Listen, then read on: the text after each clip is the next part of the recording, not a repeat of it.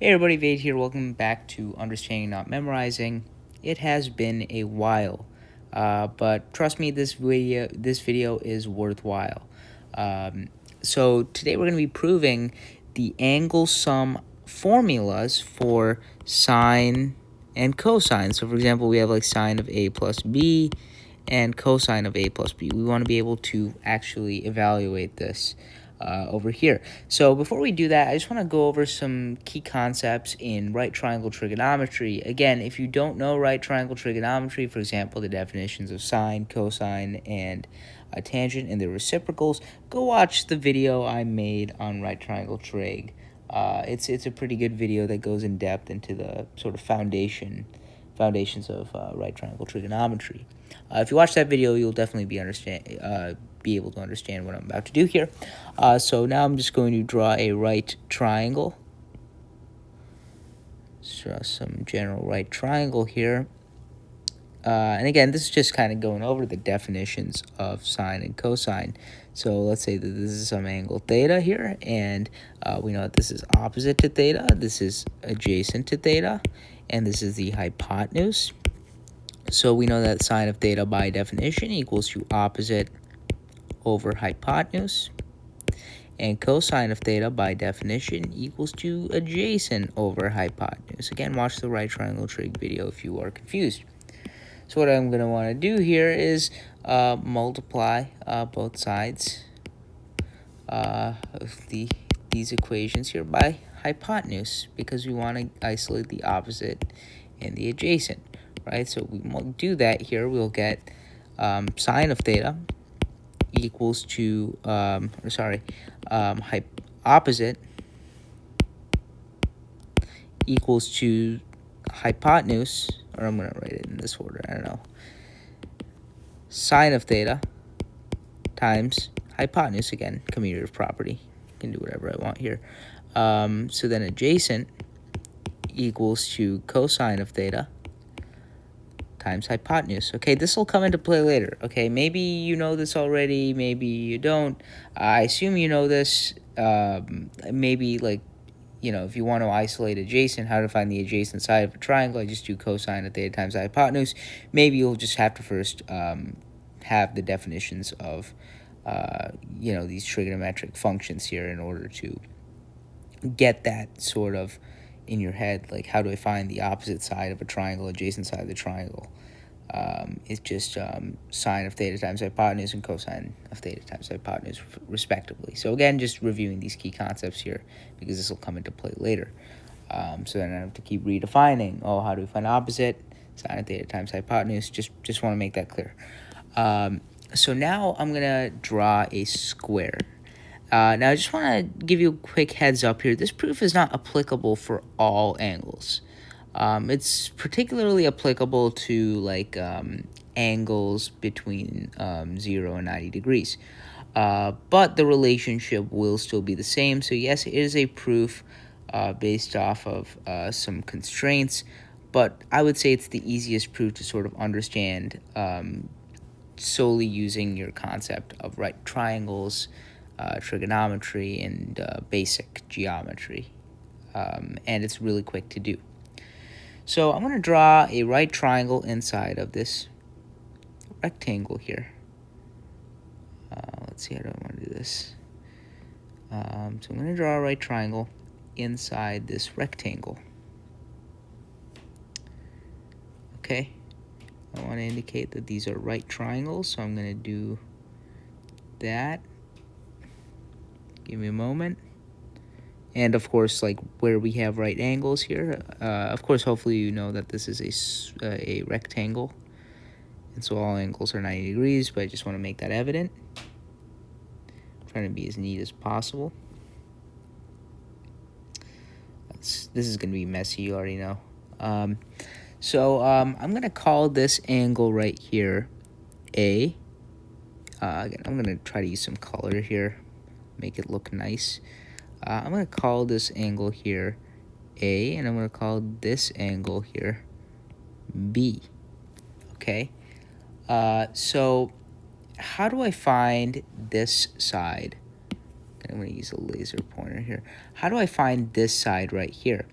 Well, this side is, remember, this is angle B. So this is opposite to B. Well, how do we find the side? So again, just going off of constraints here, this is a construction. So I'm going to just denote this side as 1. I'm going to define this side as 1, the hypotenuse of the triangle with the angle B. So if we want to find this side here, again, going back to this, if we want to find the side opposite to B, this will just be sine of theta, or sine of, in this case, B. I'm going to try to use color here. Sine of B times then our hypotenuse, which is 1. How do we find the side adjacent to B? Well, then that's just cosine of theta, or cosine of B, times 1, right? If you're confused, just look at what I did here in the first part of the video, right? I just did the right triangle trig, looked at our definitions for sine and cosine, then I just, expressed it in a different way, multiplying both sides by hypotenuse. Now let's pay attention here to this triangle with the angle A. And if I want to find the side opposite to A, right? If I want to find the side opposite to A, I just want to do sine of A times our hypotenuse. And again, this is a completely separate triangle here. Remember, hypotenuse is opposite the 90-degree angle. So this should just be times cosine of B.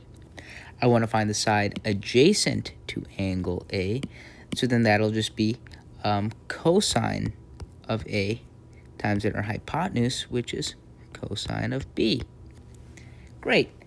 So now let's shift gears here to this little right triangle here. So I want to find the side, well, actually, no. Let's shift gears to that little right triangle here, but we need an angle. We need some sort of angle here.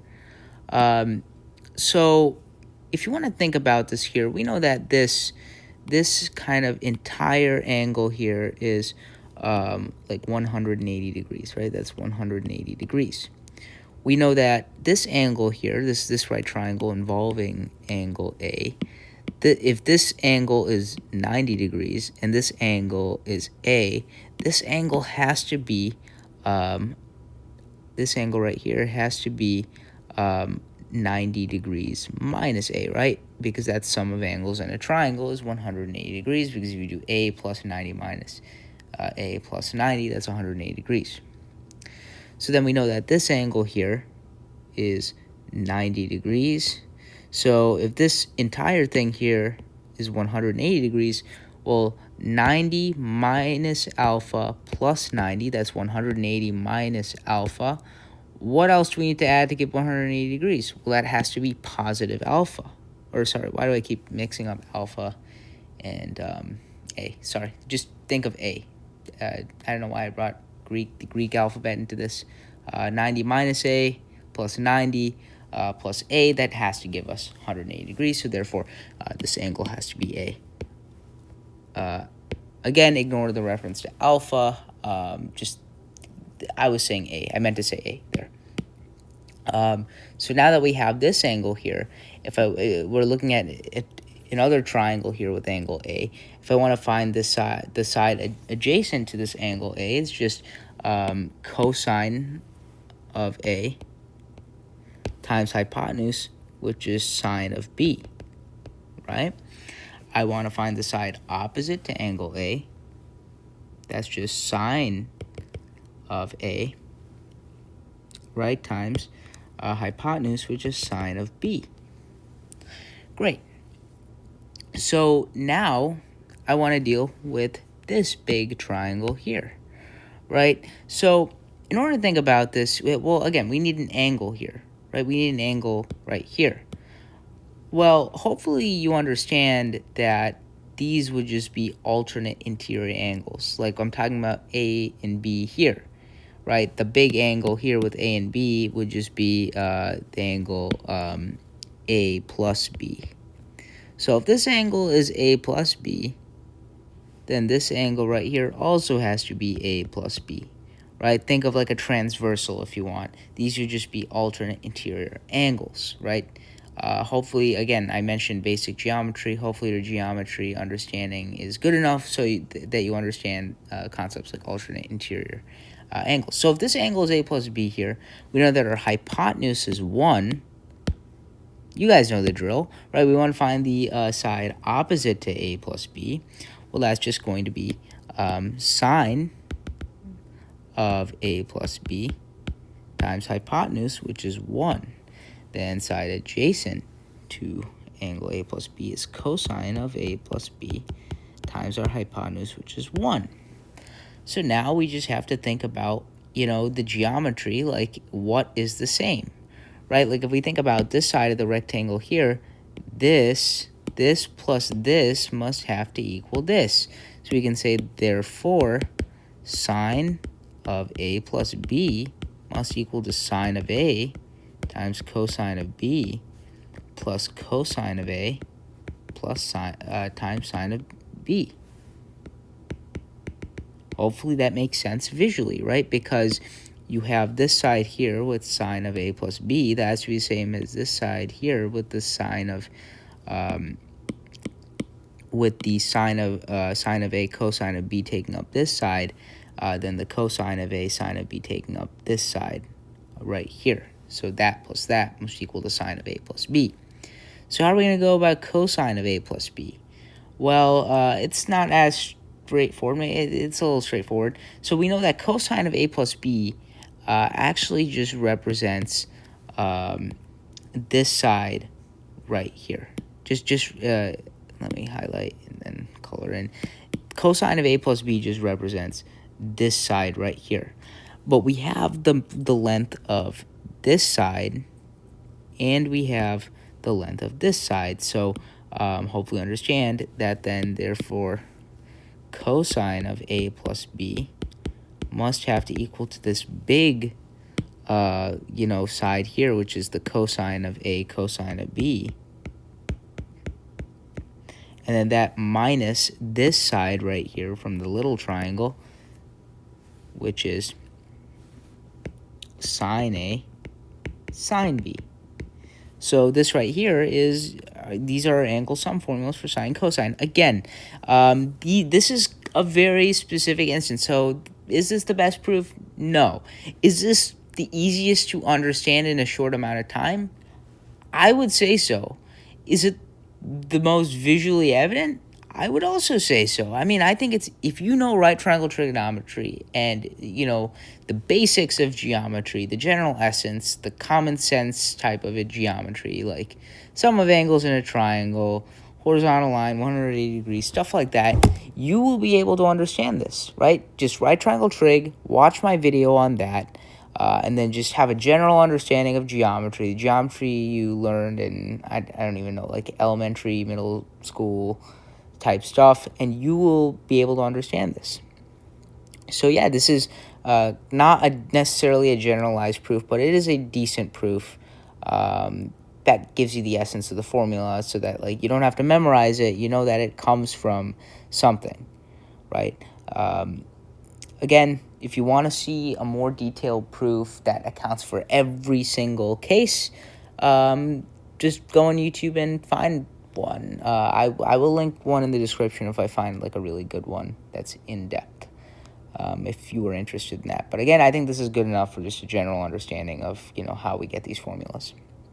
So yeah, see you on the next one. Now we can prove more identities. The rest of the identities will be super easy, like double angle and half angle and stuff like that. You can think about try to do it on your own. Like, how do you find sine of 2 theta or cosine of 2 theta using these formulas right here? This formula right here and this formula right here. I think you can do it. See you in the next one.